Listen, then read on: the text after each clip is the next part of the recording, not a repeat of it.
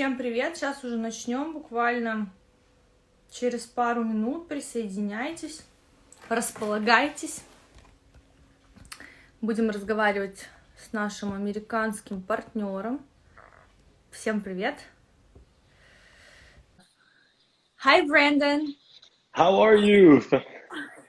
I'm very well, feeling spring is coming and season is coming, and still I am hoping for the best. How are you?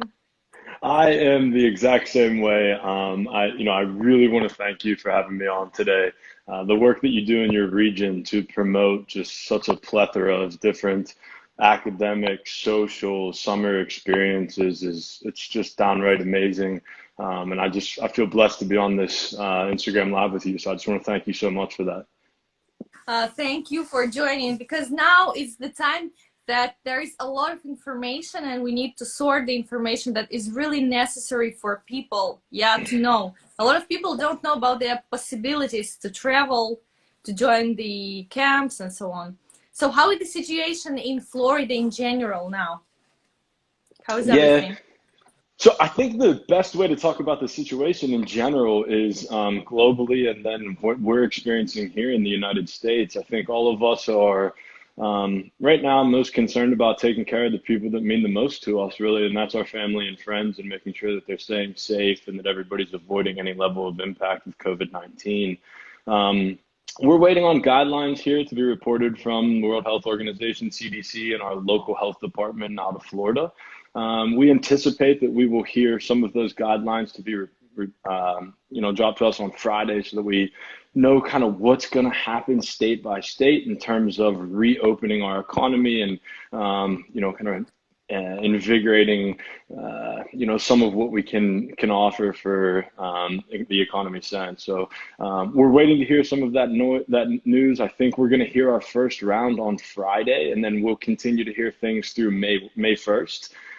We anticipate that first week of May to be a pretty big week for us in terms of information that's going to be disseminated around what the rest of the summer will look for us, and as well in the fall for the schools that are in the area. So right now it's kind of a wait and see approach that I think everyone is going through that right now around the world, and it's a little bit tough, but all of our parents at camp are pushing for us to be able to offer something to their children. I think everybody's having a hard time having their kids home for roughly 6 or 7 weeks before the summer starts. So we got a lot of people in our corner, but we're going to make sure that we respect the guidelines that are given to us, and that we keep every camper and every kid safe, because that's the ultimate goal of anyone that's involved in education. Is you have to know that you're dealing with people's children, and that comes with a tremendous responsibility, and we do not take that lightly here. So we want to make sure that everybody stays safe, and we're going to make sure that we do that.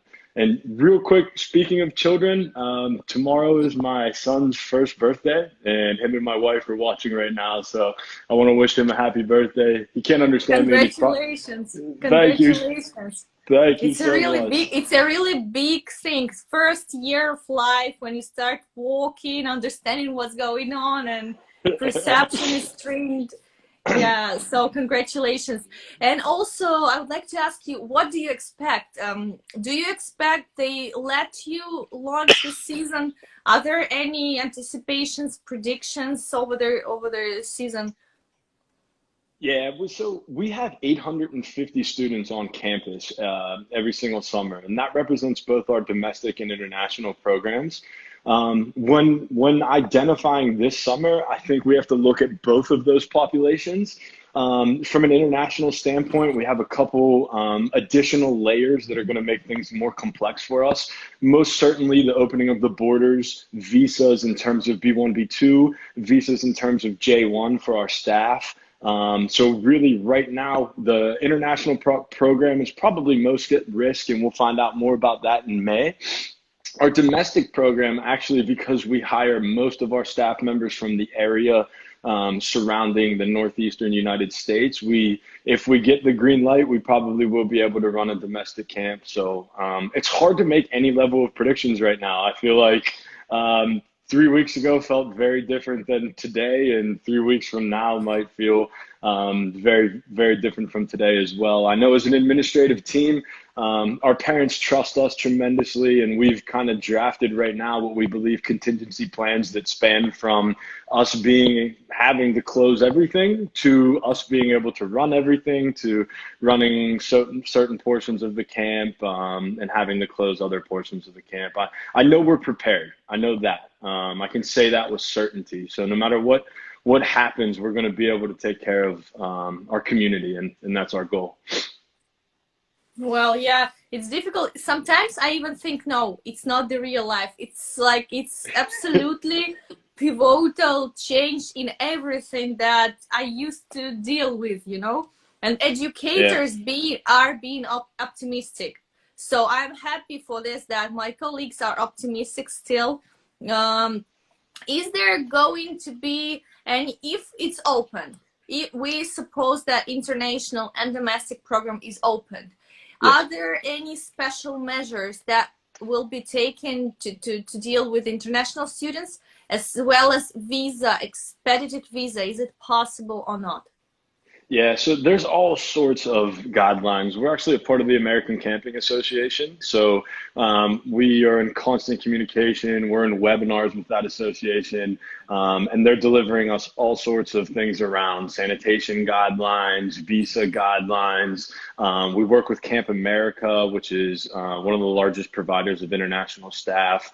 A lot of camps out kind of work with them as well. They've been providing the most up-to-date information. Their representatives have been speaking to us as often as they can. I think the biggest problem that everybody has right now is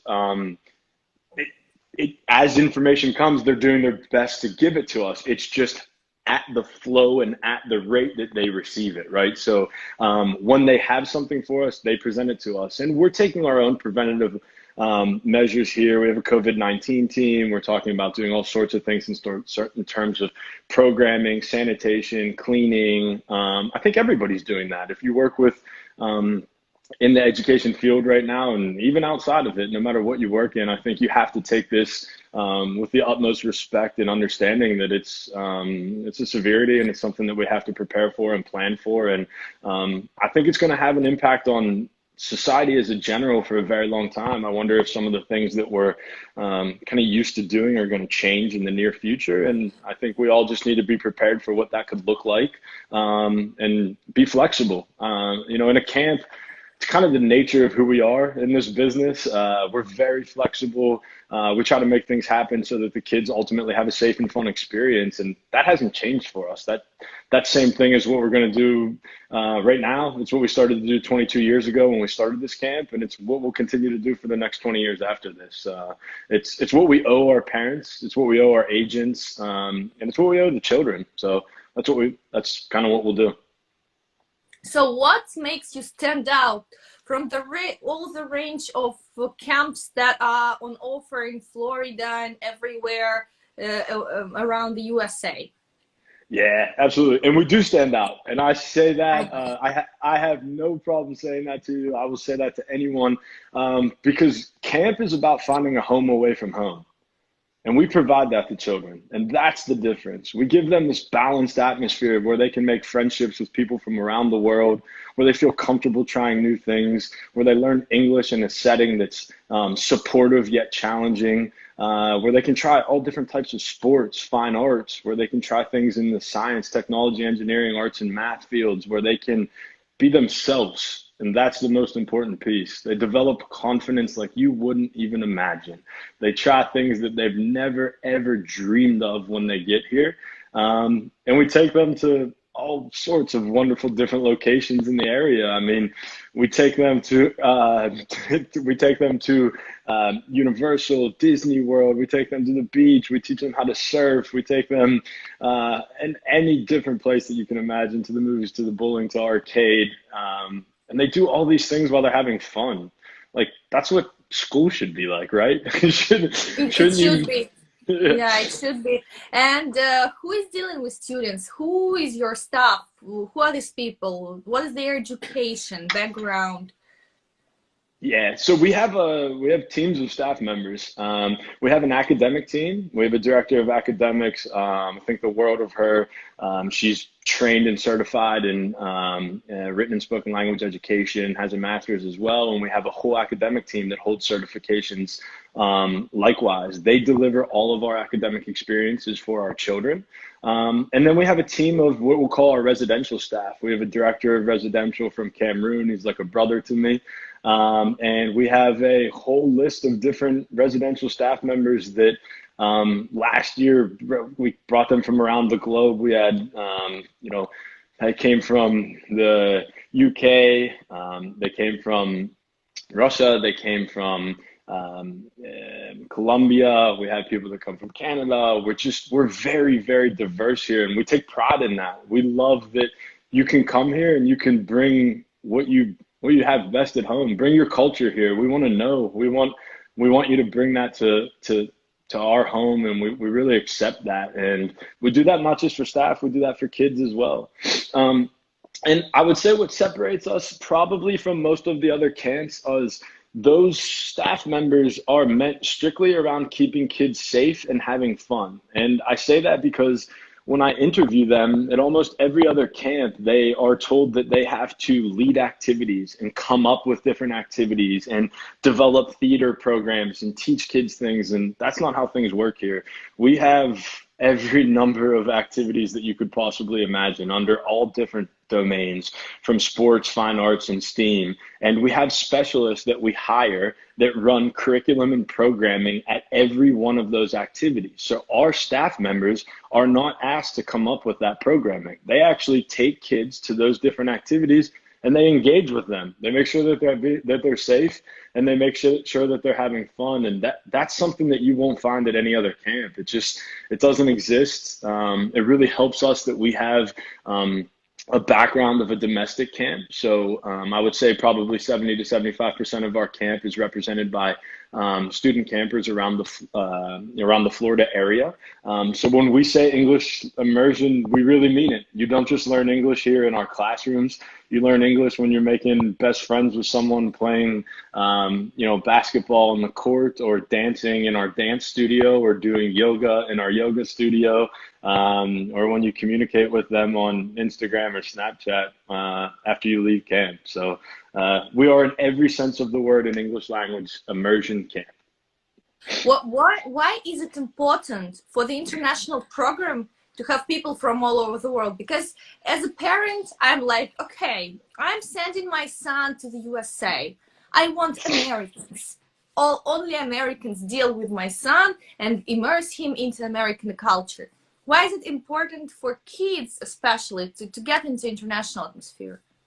Yeah, so the first thing that I would say is your son is going to come to my camp. I haven't told you that yet. I can't wait for that to happen. And the second piece for me is we don't just have international staff.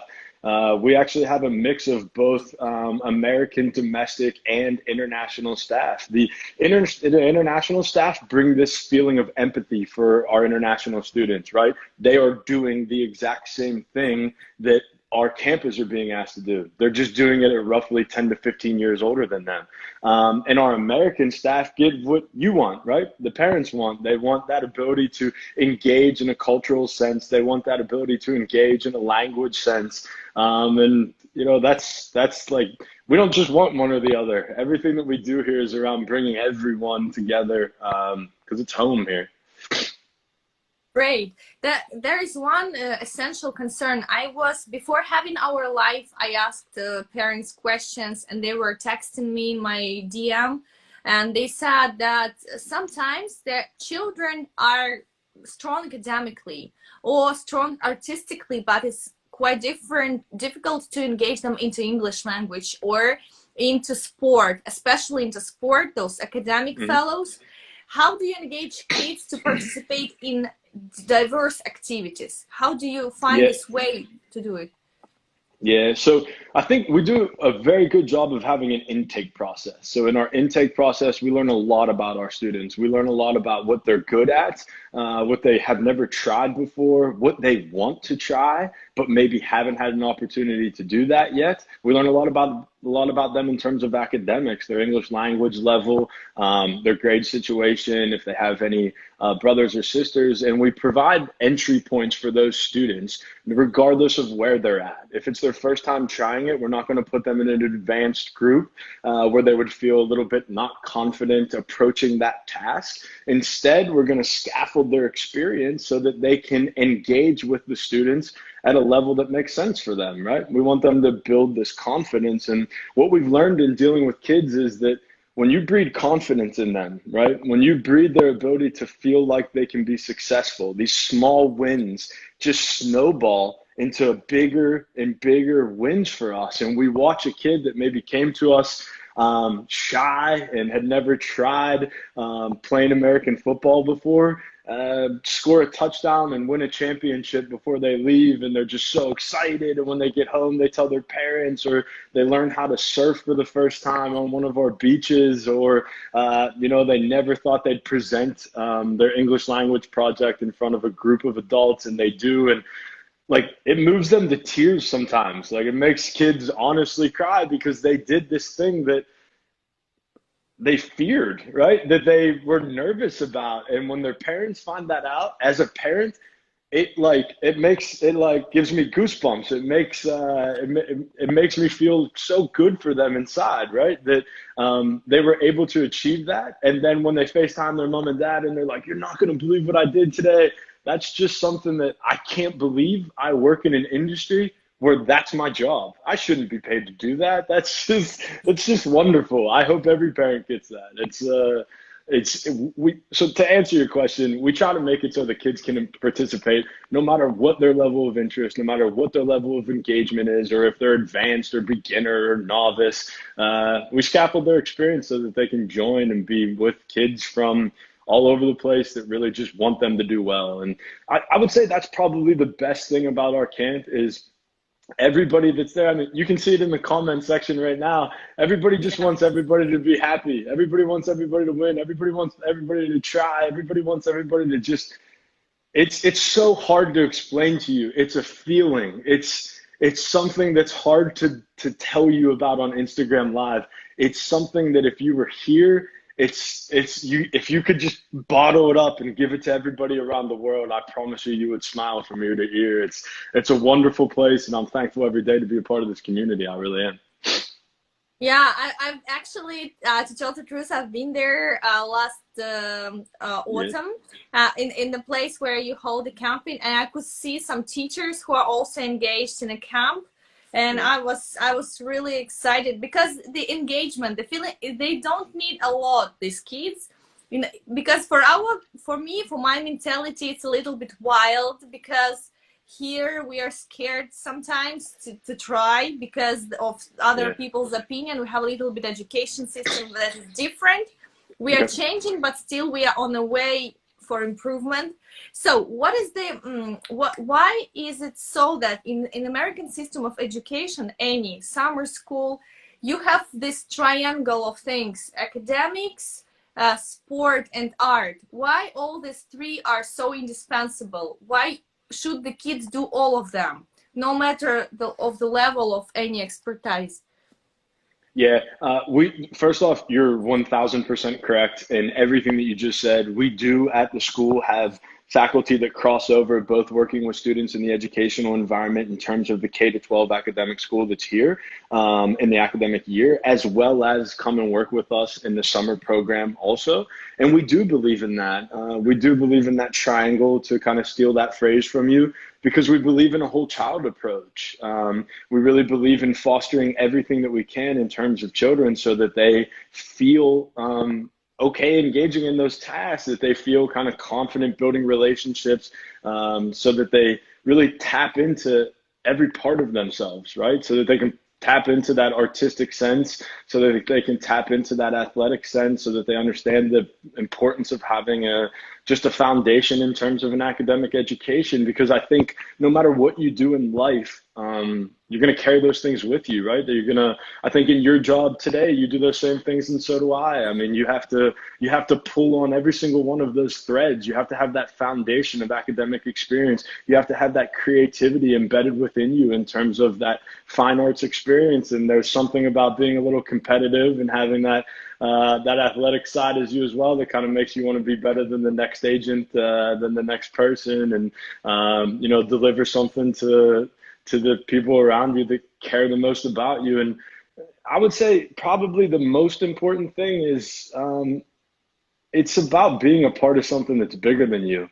And that's what that triangle piece is about. It's about understanding that it's not you, that it's about being part of this thing that's it's just bigger than you, and it means so much to you, and you'll try things and do things and push yourself in ways that you couldn't even imagine when you're sitting at home or you're in front of an iPad or you're working on Snapchat or whatever it is. It's that feeling. And if you've ever been a part of it, you know exactly what I'm saying. If you haven't, come to us and we'll show you. But if you've ever been on a sports team, if you ever danced, if you ever done any of those things, right? If it's really pushed you outside of your comfort zone, and if you felt that feeling, it's just tremendous. It really is. So I think I concur with everything that you say, and we believe in that triangulated approach, and we try to really help the whole child. Yeah, because in our reality here, sometimes we decide, this kind of judgmentally. We decide, okay, this kid is good at maths. This one is a football player. He's not that good at academics. He's unable to solve. We would not take him to academic contest. And this one is good at English, but he's not that sporty. And this judgmental approach makes our kids a little bit alienated in real life. When I face with them being already school leavers, they are kind of at loss. They are so narrow-minded, and I try to engage this.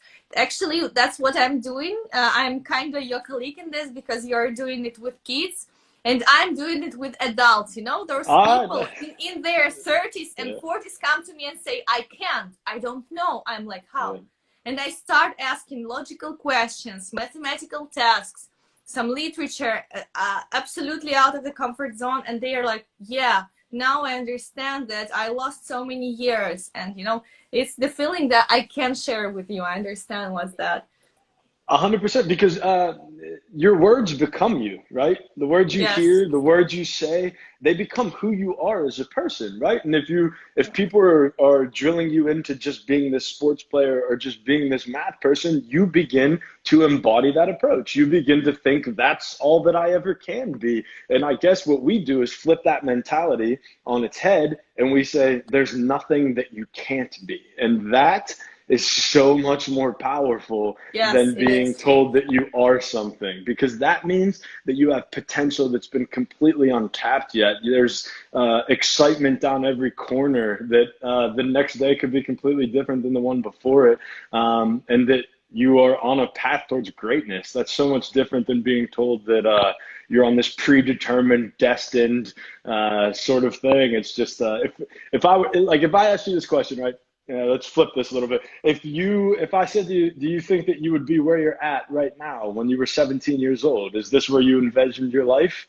I wouldn't imagine that to be so, right? So why would you think like that anyway? So, absolutely. So what is I'm international parent. For example, I'm coming to Florida, but I want to take some time to relax and my child to have a quality time. What is the earliest possible age for you to accept the child for international one? Yeah, so I told you we do everything different. I think a lot of camps will tell you they start at this age and we end at this age. And we have age parameters, right? Likely our camp is usually between about 10 and 17 years old. But what we like to do instead is look at the whole child, right? Just like we just talked about. We want to know, all these certain things. What's their language level? Are they independent? How far are they traveling? Are mom and dad coming with them and staying in an apartment or something in the local greater Miami area? Are they traveling with a sister or brother that might be older and might make that experience a little bit easier than them? So that's a hard question. I love when agents ask me that question.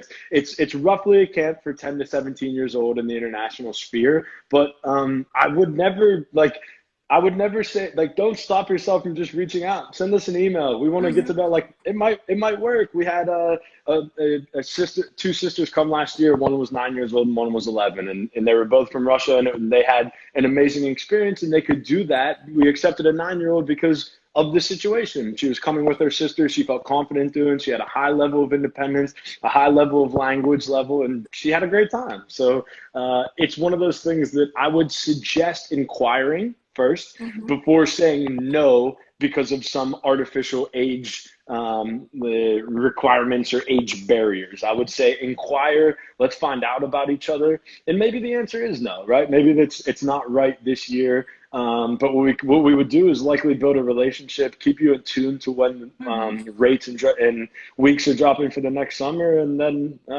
let you know when you're able to come. Do you have any kind of offer, for example, for the prospective kids, if they came to Miami or to Florida with their with their parents, and they are going to enter summer next year because they are too small? Could they join for a day to check if they are capable of living independently and having this Yeah, experience? I would say to any of your parents that are watching this, if you're ever in or around our area in the summer, I would beg you to come up and see what we have to offer. Like, I would love for you to come in. I would love for you to, sit down with us. I would take you around the campus. We don't have anything to hide. I want you to see what we do here. It's important for us because I think transparency in terms of communication is something that's lacking in general in society, in general in the educational landscape, and in general, just in general. It's if you know what it's like to deal with people that are transparent in their communication. You know what it's like to hear and see exactly what you're going to get, and that feeling is amazing, right? To have someone look at you and say, this is what your experience will be like, and then for your experience to be like that is it builds this level of trust, right? This foundation that makes everything that comes after that so much easier to do. So yes, please, if any of your families are in the area, please come up and check us out at any time. It doesn't even have to be in the summer. Our camp offices are located on the grounds of the school. So it would, we'd be more than happy to have you come up here, and we'll take you on a tour and show you what it's like to be a member of Eagles Landing Camps. Great. And how do you provide the medical care in case there are kids who have conditions such as asthma or allergies, whatever? How do you provide this care? Yeah, so it starts with the intake process. We have a very detailed intake process in terms of medical needs that deals with everything that you could possibly think of, from allergies to even just we're a nut aware camp, if that is something that needs to take place, from food changes or requirements or things like that, to we always have a 24/7 registered nurse on site, on staff with us at every single moment. It's too important in our landscape. Safety is just the number one concern. I think it was the first thing that I talked about when we got on Instagram Live. And our parents want to know that. They want to know that if something did happen, there's someone there on site that could take care of it immediately. And if something ever did happen that was beyond the care of that nurse, we have 2 hospitals within a 5-minute range from our site, and we would be able to take kids right there. But knock on wood, that doesn't happen to us, and we don't want that to happen moving forward. But I mean, just to answer your question, we have we call her our guardian angel. We have a group of nurses that are with us all the time, registered nurses here in the United States of America, and they're able to really take care of anything from allergies to common cold to EpiPen delivery to a bone situation, really anything medically that's underneath their scope they can take care of. We do meds for our students. We do AM and PM meds. We're able to really take care of any allergy because it's something that we already do. We're already a nut aware camp, so we really make that's very important for us. There's no outside food that's allowed on campus. Just safety is just so important for us. It's, like I tried to say earlier, you're dealing with someone's pride and joy. That's their baby. You have to take that with the most utmost respect for what that really means for someone to trust their children with you, and we do every sense of the word. I promise you that.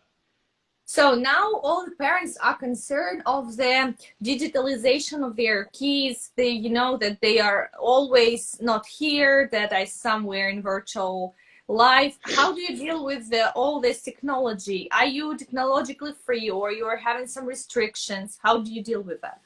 Yes, we do have restrictions. Camp's not a technology place. The whole point of being at camp is to engage in the experience, and you can't do that if your head's buried in your tablet device or iPhone. So for us, in the international portion, we take all cell phones and all devices, but we recognize the importance that our students need to communicate with their parents. So we have dedicated time within our times in the bunks that they communicate with parents supervised by staff. Sometimes I'll jump on a FaceTime with a parent and answer questions for them, or just to confirm that their children are having a great time. But for the most part, when we engage in all of our activities, anything that we do on campus, academics, there is no technology that's personal, right? There's no, you couldn't bring your cell phone with you to an activity. Now in academics, we do have iPads that we use. That's a whole different scenario, but those are registered through the camp and the school. They are not meant for use in any personal capacity, social media or platforms like that. Really for us, it's just, it's at first it's a shock for all the kids, but we talk about it. And once they see that all 850 kids are not on their cell phones, it doesn't feel like to them it's an attack personally. It feels like, oh, I'm just doing what everybody else is doing. So it's really easy for us to get past that. And you just wouldn't want to be on your phone. Like, you're meeting kids from around the world. You're developing friendships that you're going to have forever. You would steal from that experience if you had a technological device with you. So we don't worry much about that virtual privacy, or that's really not a concern for ours. We try to leverage that by taking those devices and making sure that kids are engaging in the experience. So, and how about the food? How do you distribute the special needs foods for the kids? Yeah, so we have two full service kitchens on site. I think you've been here and you've seen that Yeah. our cafeteria is tremendous. Again, I said we're a nut aware campus. We take allergies with the utmost respect and concern. And we also we eat a little differently. It's called family style here in the United States. Everything that we do is around breeding relationships, conversation. It's another piece of the English language immersion. So the food is actually served in larger portions, and the kids and staff, if they're younger, serve those portions on their individual plates for the students. And it's really a time where we share with each other. We talk about what the day was like. We talk about what excursions are coming, when we're going to Disney World, all those sort of things. So we really make it a time for sitting around with your family at the dinner table. That's really important for us. So what is the maximum capacity for the camp? So how big is that to know everybody by name? Yeah, So I'm actually so glad you said that. We do have maximum capacities, but we don't really live in maximum capacity. We live in personalization. It's important for us to know each children at the individual level. We don't like you said earlier, we don't like to stereotype. We don't like to group.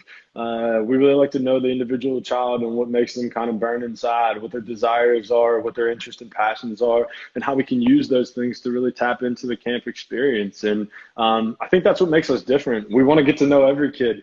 We don't want to just get to know some kids, or the ones that are the loudest in the room or the most athletic. That's really not at all important to us. But just so you do know, we have last summer, I think we had about 850 kids on campus, and I think we could probably get to a place around 1,200, maybe a little bit more than that. We'd have to see. Maybe we'll test that one day. I'm not sure, but I can promise you, even if we did test those numbers, it wouldn't change who we are at our core. We believe in family, and we believe in understanding who people are at their individual level, and that's never going to change here. well, thank you very much. So I also wanted to ask about, you've mentioned a few times about Disney World and Universal Studios. Yeah, everybody That loves that. yeah. So, and how do you coordinate the kids? Because it's actually uh, when you're on camp, it's secure, but when you are outside and there are hazardous, some kind of attractions, how do you deal with that? Yeah, so we give every kid, they have a package when they get here. They have an academic package that consists of like a book bag and necessary academic materials to complete their academic work.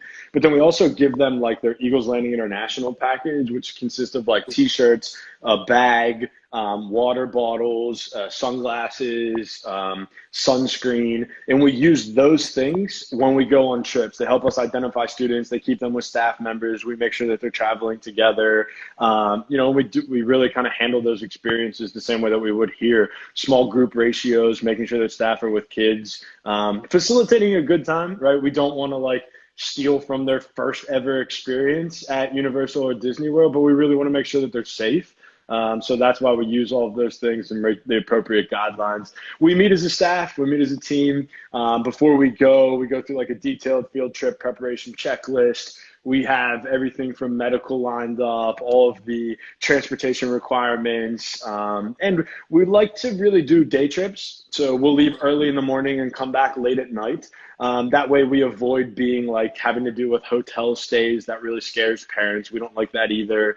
And the kids are just so tired after a full day. I don't know if you've ever been, but a full Yes. day at Disney World or Universal, you just can't imagine what your legs feel afterwards. It's like running a marathon. So we usually get back on that bus after the fireworks, and I'm usually the only one still awake when we're on our way back. Usually most of the kids and the staff members are asleep, but it's a tremendous experience. But to answer your question, it's more than a safe one. And how is your territory guarded? How do you provide the security on campus? I know, but I want parents to know as well. Yeah, I want Paris to know as well also. So we're on the grounds of a beautiful K-12 private education school. It's known as North Broward Preparatory School. And they have, combined with them and us, we have like some of the most like unbelievable security measures intact. So we have the entire campus is surrounded by a tremendous fence. We have gates at both the north and south entrance that are always on guard by a security guard 24/7. We check every single person that comes into campus and leaves. If they are not supposed to be on campus, they are not allowed into our campus by any means. Sometimes that's frustrating for parents if they're sending grandma or grandpa or someone in to come pick, but it's just not how we operate, not in the landscape here in 2020. It's not something that we can afford to do. We have a roaming police officer from the Coconut Creek PD, and we make sure that everything that we do is just completely safe. No one's on campus that's not with ELC.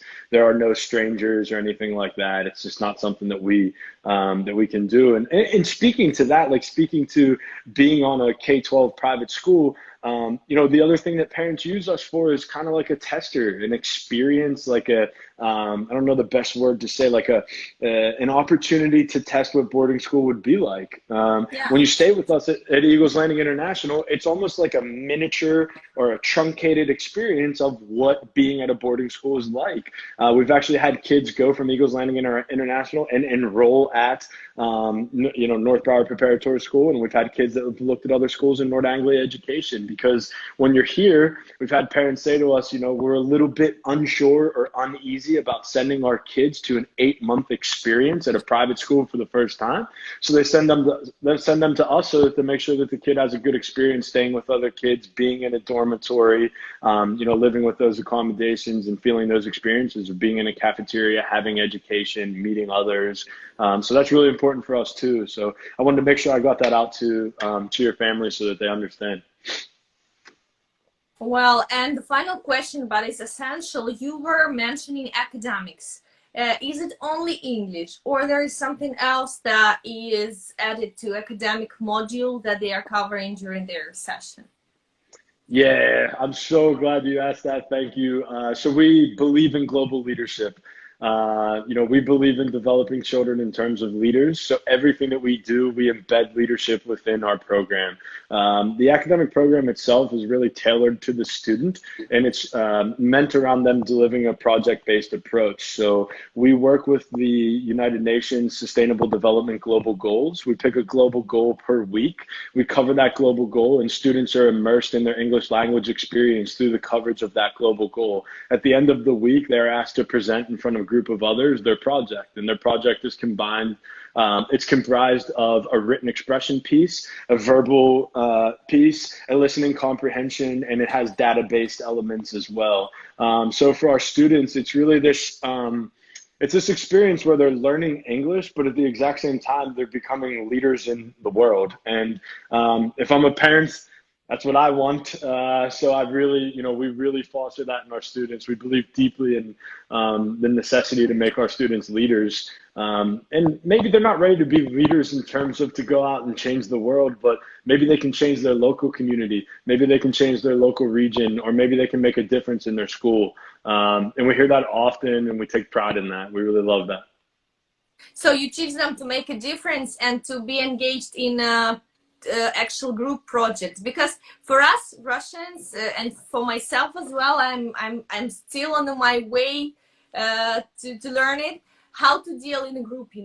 We always like this, we are too self-assured, and we're like, okay, I will do it myself. No, I can do it better. And it's so hard to work as a part of it. I have been doing management for about 10 years, almost 10 years. And I'm still, suffering from it, this inability, because I had no experience in my childhood to work in a team, to distribute who is the best and this and that. And this is the part of really a global personality who can learn anything and study everywhere.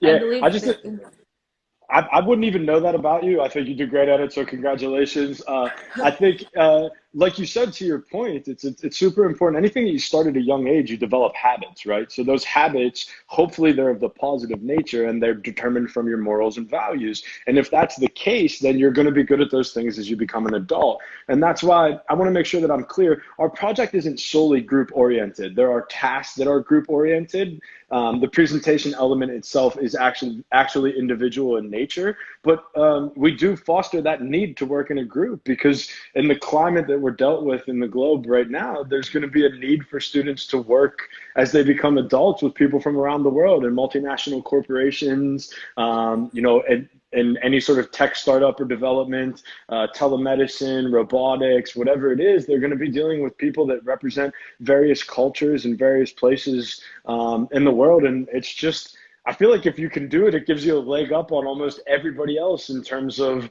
who you are as a person, your career path, and the things that you can attain. And it's just, I've yet to meet anyone that doesn't feel that developing that skill at a young age has not been beneficial for them as they progress into adulthood. Yeah, it's undoubtedly. And the final question, I've seen a lot of comments of the kids that attend your camp, and it's like the question, what is the most loyal camper? How many times has he or she visited your camp? The most loyal. That's amazing. So look, the first thing I have to say, I see love. I see kids, staff members, and campers commenting. I love all of you guys. Thank you so much. That means the world to us. The most loyal, so we have been in existence for 22 years. We have awards that we give at 5 years, 10 years, 15, and 20 years. And we have groups of people that are in every single one of those categories. We have people that have been with us for 22 years. We have kids that grew up with us and came to us at junior camp and are now staff members. And they're commenting right now. that's just, it's really amazing to us. It's a part of our fabric. It's really who we are. It's like, the only thing I want to say to parents is be careful. Once you get a taste of us, you don't ever want to leave. And I think you can see that. And that's really what we love here. It means the world to us. And I'm very thankful. 15th summer. Yeah. Whoa. So I've been incredible. here for an example. This will be my 11th summer. Yeah, wow, that's amazing. So it's a place to be, and I am absolutely sure when everything is settled down, we will be able to come and to show everybody more of your sites, maybe with our kids, because we have some registered with you already. Yeah. And I would like to one more time thank you for your interview. I believe if there is a possibility, we may do the live when the season starts to show Okay. more of action and what you do and your projects.